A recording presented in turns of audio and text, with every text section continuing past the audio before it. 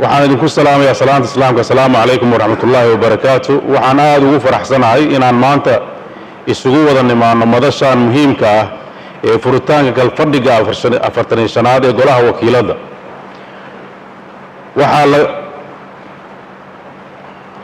waxaa laga joogaa muddo 4 bilood ah markii halkaan aynu isugu nimid galfadhigii 44aad. muddadaas intii lagu jiray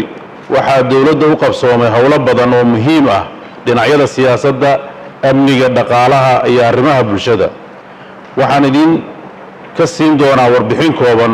anigoo ogsoon in guddiyada baarlamaanka ay kormeero ku tageen gobollada ay ka dhageysteen warbixinno hay-adaha fulinta ee dowladda. mudanayaal iyo marwooyin, waxaan mar kasta xusid mudan sida dadka reer Puntland ugu baraareen midnimada iyo dhismaha Puntland oo yagleelideedii hadda laga joogo 21 sano. waxaa maanta haysanaa amni wanaagsan, nidaam dowladeed oo hormuud u ah Soomaali inteeda kale, adeeg bulsho oo ka socda daafaha dhulka Puntland hoos yimaado, bulsho garaadkeeda siyaasadeed kobcay, kaabayaal dhaqaale oo tis qaaday. intaasoo horumar ah oo laga dhaxlay dhismaha Puntland waa wax Ilaahay loogu mahadiyo oo ay tahay in lagu faraadeego horena loo mariyo. Puntland waxay dhul ahaan iyo dad ahaan ka weyn tahay dalal badan oo caalamka ka tirsan. shacabka Puntland iyo madaxdii kala duwaneed ee soo maamushay 22 sano ee la soo dhaafay waxay ku amaanan yihiin inay iyaga oo kaligood isku tashanaya ay tabantaabiyeen maamulada dhulka baaxadda leh, duruufo adagna ay marar badan kala soo gudboonaatay. Puntland maanta hormuud iyo labeen waxa u ah inteena maanta nool iyo inta madashaan ku kulansan. waxaa sidaa oo kale taariikhdu xusi doontaa wadar ahaan iyo qof ahaan sida aan u jihayno mustaqbalka Puntland annaga oo mar kasta garaadka ku hayna taariikhda aan leenahay iyo mabaadi'dii loo aasaasay. annaga oo ka duulayna soo noolaynta maqaamka Puntland iyo inay tahay in mar kasta da'yarta iyo shicib weynaha lagu baraarujiyo taariikhda Puntland. waxaa si guul ah noogu soo qabsoomay maamuuska 21 sano guuradii ka soo wareegtay aasaaskii dowladda Puntland ee 1 Agoosto, kaas oo laga dheehan karo baaxadda maamul iyo cudud ciidan ee Puntland leedahay. Puntland waxaa loo aasaasay ilaalinta wadajirka dadka ee reer Puntland. waxaana aad ugu bogaadinayaa uguna hambalyeynayaa shacabka iyo hormuudka gobolka Sanaag oo nagala shaqeeyay in maanta 99% dhulka iyo dadka reer Puntland ee gobolka Sanaag ay si buuxda ugu jirto gacanta dowladda Puntland. waa guul iyo tusaale taariikhi ah oo waxtar weyn u leh wadajirkeenna iyo midnimadeenna. waxaa naga go'an oo daacad naga ah dadaalna aan ku bixinaynaa ilaalinta wadajirka iyo soo celinta dhammaan dhulka Puntland oo aan ku rajo weynahay inuu dhaqso u soo gacan galo iyo maamulka Puntland. mudanayaal iyo marwooyin, Puntland waxay qayb ka tahay dowladda Soomaaliya oo ku dhisan nidaamka federaalka ah, ayna muhiim tahay inay iskor joogteeyaan labada heer. haddaba marka la garowsado in waddankeenu ku jiro dib u dhis, waxaa lama huraan ah in aan laga baqin in la doodo ama arrimaha qaybtood lagu kala aragti duwanaado.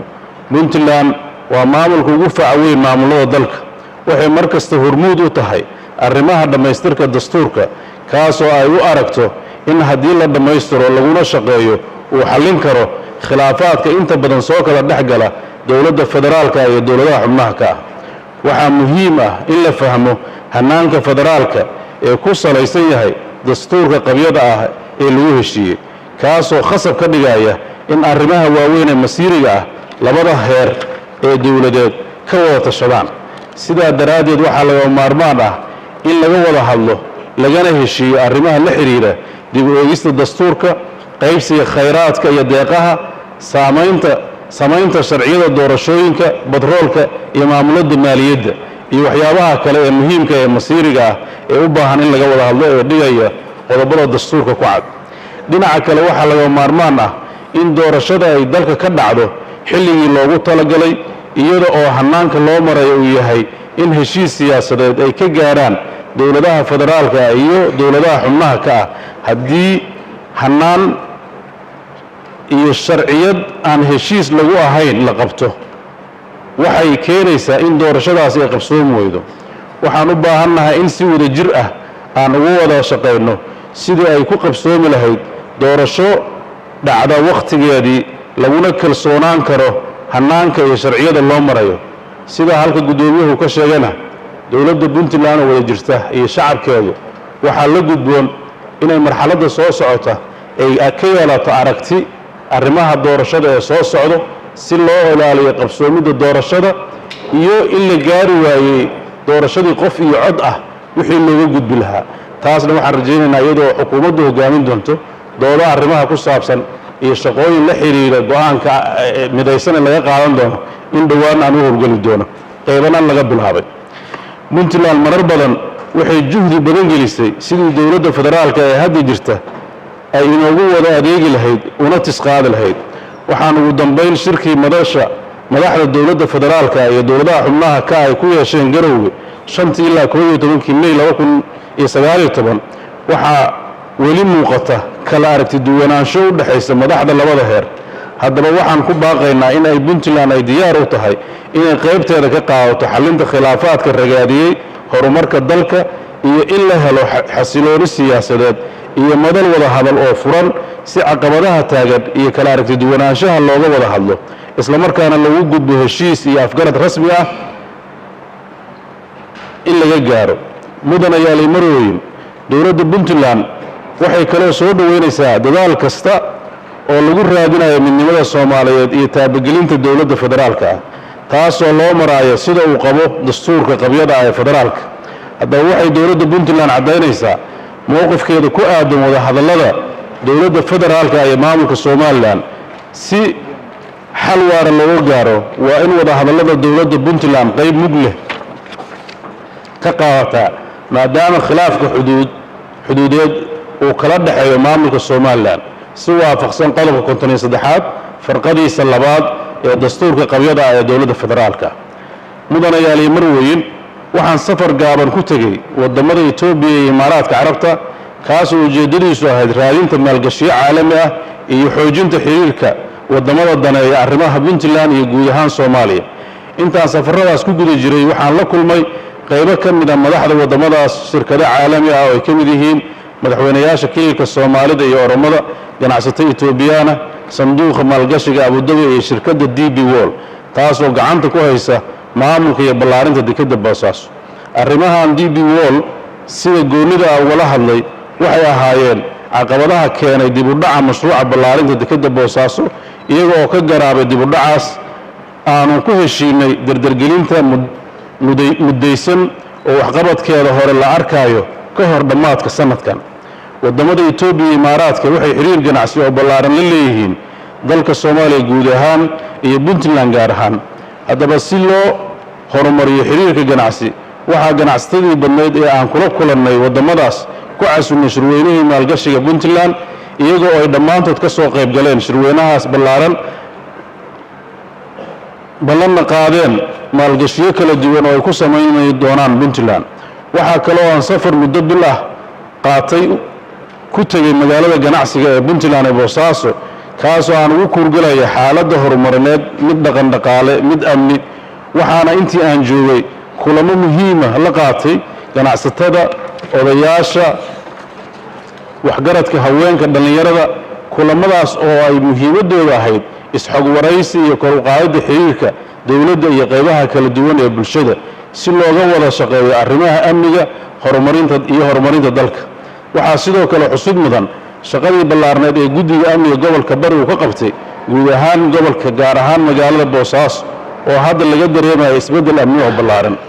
intaan boosaaso ku sugnaa waxaan kulannay magaalada ganacsatada ka socota waxaan kula kulannay ganacsato ka socota shirkadaha caalamiga ah oo daneeya maalgashiga kaabayaasha dhaqaalaha iyo wax soo saarka puntland sida aeroboorka maxjarka macdanta tamarta iyo biyaha oo aan filayo in dhowaan ay ka howlgeli doonaan magaalada boosaaso iyo guud ahaan deegaanada puntland marka ay soo dhammaystiraan daraasadaha lagu heshiiyey qaabka waxqabadka. puntland waxay u jihaysan tahay dhanka dhiirigelinta maalgashiga iyo horumarinta ganacsiga. waa inaynu ka maarannaa ku tiirsanaanta kaalmooyinka bini'aadanimo una soo jeesannaa ka faa'iidaysiga khayraadka badan ee aynu leenahay si loo gaaro horumar dhaqaale shaqo abuur iyo xasiloonni amniyo mid siyaasadeed. sidoo kale waxaan bartamihii bishaan kalaga qaybgalnay wafdi aan hogaaminayo kismaayo caleemasaarka madaxweynaha jubbaland. intaan halkaas joogna waxaan la kulannay qaybaha kala duwan ee bulshada reer jubbaland waxaana ku dhiirigelinay inay ka wada shaqeeyaan nabadda xasiloonida iyo midnimada jubbaland. mudanayaal marweyn sidii aan kalfadhigii hore ku soo bandhignay qorshaha dowladda oo aan u qaybinay guddiyo heer wasaaradood ah kuwaas oo aan dib u habayn ku samaynay kuna koobnay 4 guddi oo kale ah guddiga amniga iyo arrimaha gudaha guddiga maaliyadda iyo horumarinta dhaqaalaha guddiga arrimaha bulshada iyo guddiga arrimaha tayeynta iyo adeegyada horumarinta kaabayaasha. waxaan halkaan idinkula wadaagaynaa waxqabadkii wasaaradaha iyo hay-adaha kale ee dowladda 4tii bilood ee lasoo dhaafay. mudanayaal iyo marweyn sidaan horey u ballan qaadnay waxaan dhammaystirnay magacaabista guddiga ku-meelgaarka ee doorashooyinka puntland taasoo muujinaysa sida ay nooga go'an tahay hirgelinta hanaanka xisbiyada badan iyo qabashada doorasho qof iyo coda iyadoo ay puntland muddo dheer hiigsanaysay. xukuumaddu waxay xilli hore sii bilowday qabashada shirar wada tashi iyo wacyigelin oo loogu gogol xaarayo nidaamka dimuqraadiyadda oo ay ka qayb galeen hay-adaha dowladda bulshada rayidka ah iyo hay-adaha caalamiga ah. sidaa daraaddeed waxaan golaha wakiilada ka codsanaynaa inay ansixiyaan guddiga si ay shaqadooda u dardargeliyaan. si loo xoojiyo nidaamka maamul dejinta waxay xukuumaddu ku guulaysatay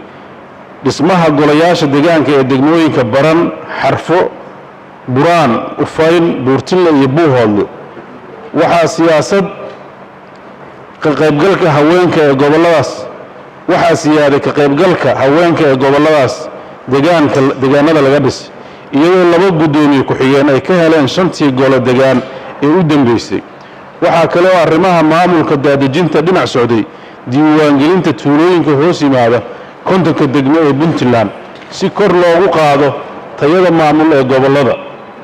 waxaa la magacaabay guddoomiyaasha gobollada sanaag haylaan bari iyo gardafuur si loo tayeeyo ciidamada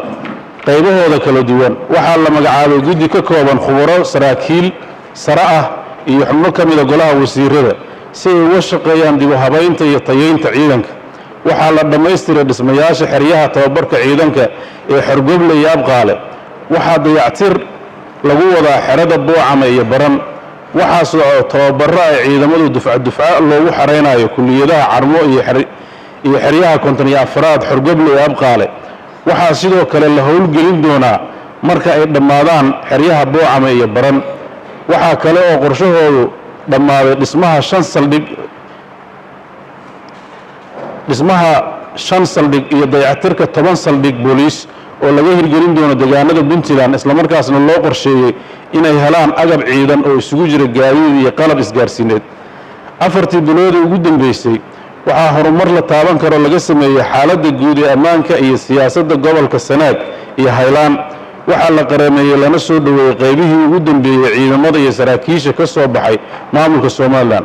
waxaan ugu hambalyeynayaa inay garowsadeen qiimaha midnimada puntland. waxaa si diiran ugu bogaadinaya cid kasta oo ka qayb qaadatay guushaas taariikhiga ah.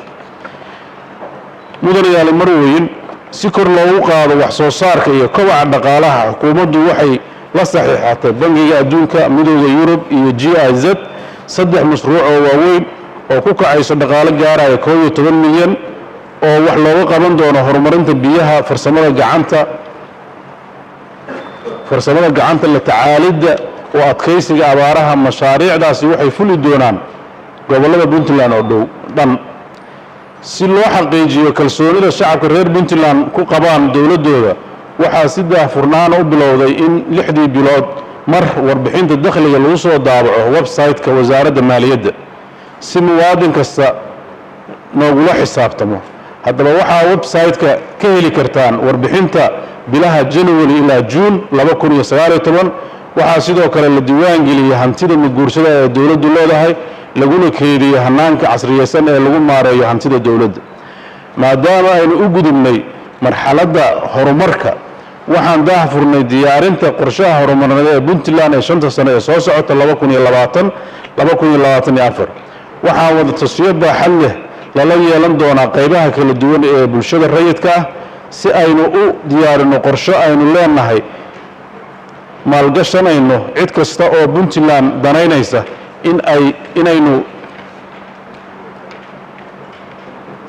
Puntland danaynaysa ay inagu taageeri karaan iyadoo xukuumadaydu xooga saaraysa suuqgeynta xoolaha oo ah lafdhabar u ah dhaqaalaha waxaa dekada Boosaaso ka dhoofay 1 milyan iyo bar oo isugu jira ari geel iyo lo 4 bilood la soo dhaafay waxaa dadaal badan gelinay sidii aan suuqyo cusub ugu heli lahayn xoolaha Puntland waxaa Puntland soo booqday wasaaradda deegaanka iyo isbeddelka cimilada iyo ganacsato imaaraad ah waxayna ku qanceen aqoonteena habka ay u shaqeeyaan maxjaradeena waxayna si rasmi ah inoo siiyeen ruqso aan xoolaheena ugu iibgeyn karno dalka imaaraadka markabkii ugu horeeyay ee wado xoolo loo dhoofinayo suuqyada Dubai wuxuu ka bixi doonaa caawa haddii Ilaahay madakada Boosaaso waxaa sii wadaynaa suuqgeynta xoolaheena iyadoo aan rajaynayno wadamo kale inay aqbali doonaan dhanka maalgashiga waxaa guul ku soo qabsoomay shirkii maalgashiga Puntland bishii September 2019 shirkaas oo ka soo qayb galeen 400 oo qof oo ka kala socday dawlado ganacsato aqoonyahan diblomaasiyiin iyo qaybaha kale ee bulshada waxaa ka mid ahaa 300 oo qof oo kala matalaysa ilaa 130 shirkadood oo isugu jira ganacsato Soomaaliyeed iyo kuwa caalami ah oo ka kala yimid dalka gudihiisa iyo dibadiisa sida France, Germany, Italy, UK, Slovakia, USA, Saudi Arabia, Imaaraat, Turkey, China, India, Kenya, Uganda, Tanzania, Ethiopia, Zambia shirkaas oo ahaa kii ugu horeeyay ee maalgashi ah ee lagu qabto Soomaaliya sumcadda Puntland kor u qaaday waxaa ka soo baxay in shirka lagaga dhawaaqay maalgashiyo kala duwan oo laga hirgelin doono Puntland ayna ku bixi doonto 464 milyan 3 sano ee soo socota taasoo wax badan ka tari doonto kobaca dhaqaalaha fursadaha shaqo oo abuuri doonto dhalinyarada Puntland 4 shirkadood oo ka mid ah shirkadihii ballanqaadka maalgashiga sameeyay ayaa mar hore bilaabay qiimeynta barnaamijyada ay doonayaan in ay maalgashadaan sidoo kale waxaan geynay ganacsato Soomaaliya ajaanib ah magaalada Garacad si ay u soo qiimeeyaan hawlaha dhismaha dekada ee ka socda magaalada iyo fursadaha maalgashi ee ka furan dawladdu waxay fududeyn iyo taageero la garab taagan tahay shirkadaha maalgashiga diyaarka la ah waxaa dawladda soo dhaweynaysaa ganacsatada Soomaaliyeed ee kuwa caalamiga ah inay maalgashi ku sameeyaan Puntland waxaa wafdi isugu jira dawladda iyo ganacsato oo hogaaminaya madaxweyne ku-xigeenka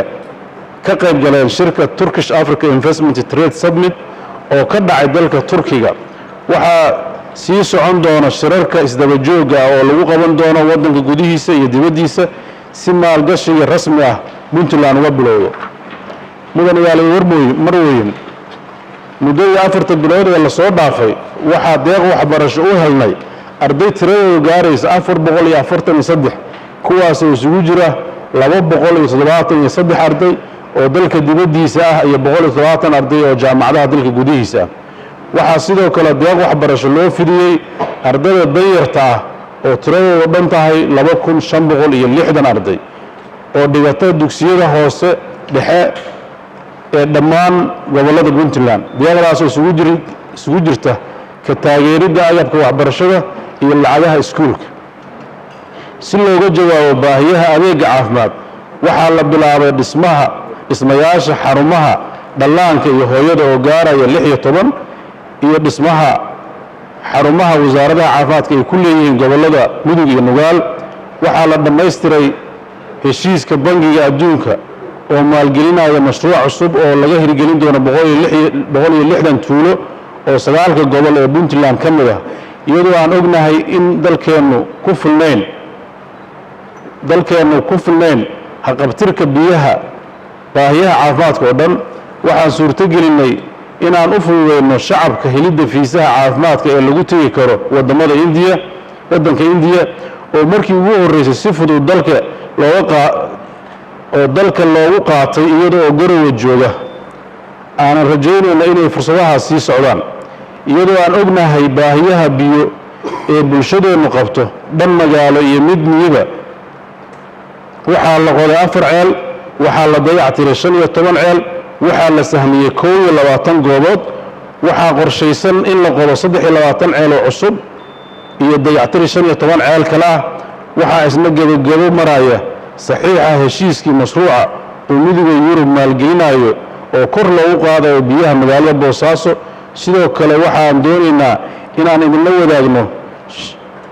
shirkii maalgashiga kadib ballanqaad rasmi ah oo aan ka helnay sanduuqa maalgashiga abudabay kaasoo maalgelin doona horumarinta korontada magaalada boosaaso waxaa dhammaaday sahankii waxyeeladii roobabka u geystay waddada garowe boosaaso iyo garowe laascaanood dib u dhiska waddooyinka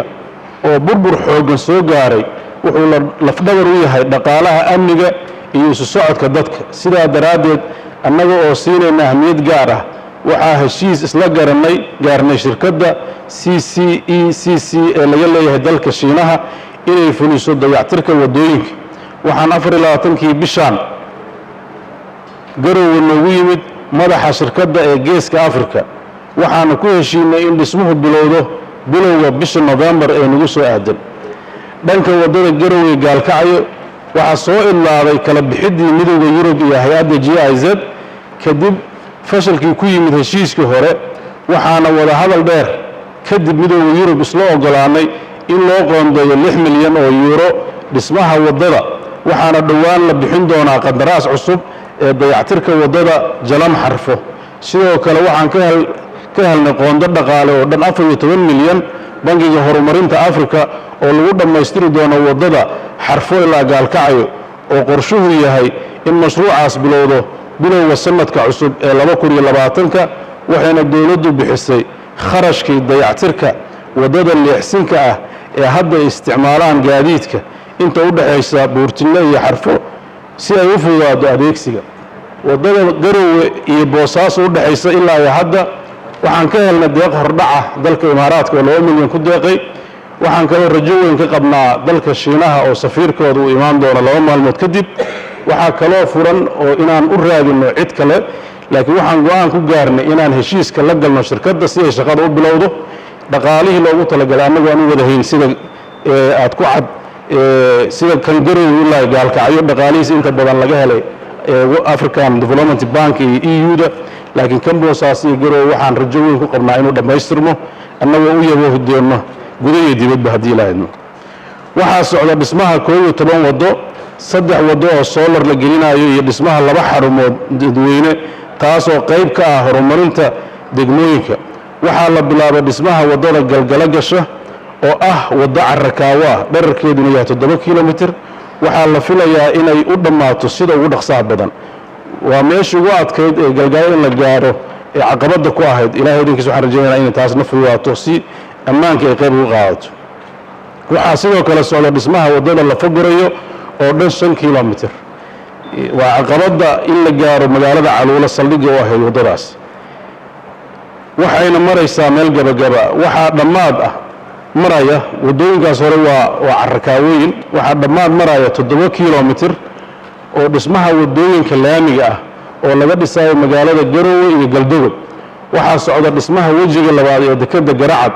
dowladdu waxay ka shaqaynaysaa in maalgashi dheeraad ah ay u hesho sidii si degdeg ah loogu dhammayn lahaa dekeddaas taas oo wax badan ka soo kordhin doonta dhan dhaqaale dhan shaqo abuur Puntland iyo guud ahaan Soomaaliya waxaa dhowr biri ka hor booqday shirkado isugu jira oo ka socda dalka Hindiya ayaa waxay booqdeen magaalada Garacad iyo dhammaan geeyiga Puntland ilaa iyo Boosaaso iyo Sanaag intaba oo indhayn ku sameynaya mashaariicda ay maalgashan karaan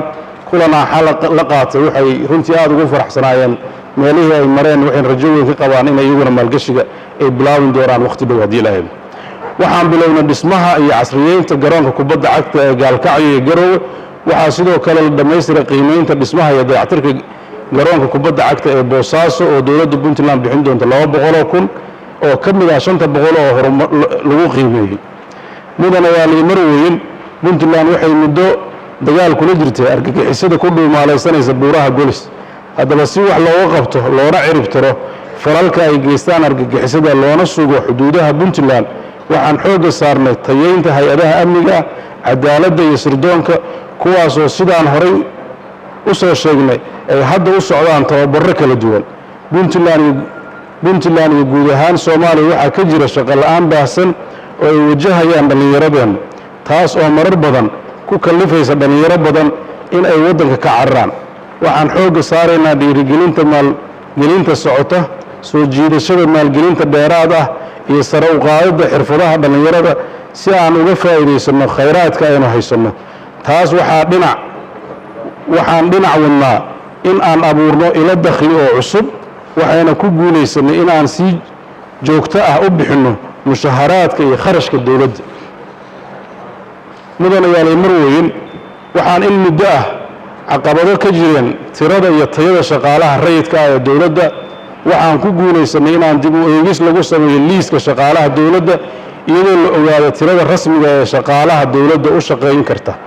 inta howlgabka ah iyo inta dhimatay waxaan bilownaa hanaan dib u habeynta darajooyinka ee heerarka mushaharaadkooda shaqaalaha dowladda oo aan dib loo eegin tan iyo aasaaskii Puntland 1998 dib u eegidda tani marka ay dhammaato waxaa la iswaafajin doonaa darajada shaqaalaha iyo heerka mushaharka ee ku habboon dhinaca kale si sare loogu qaado wax soo saarka shaqaalaha dowladda waxaan dib u howlgelinay maxadka tababarka shaqaalaha dowladda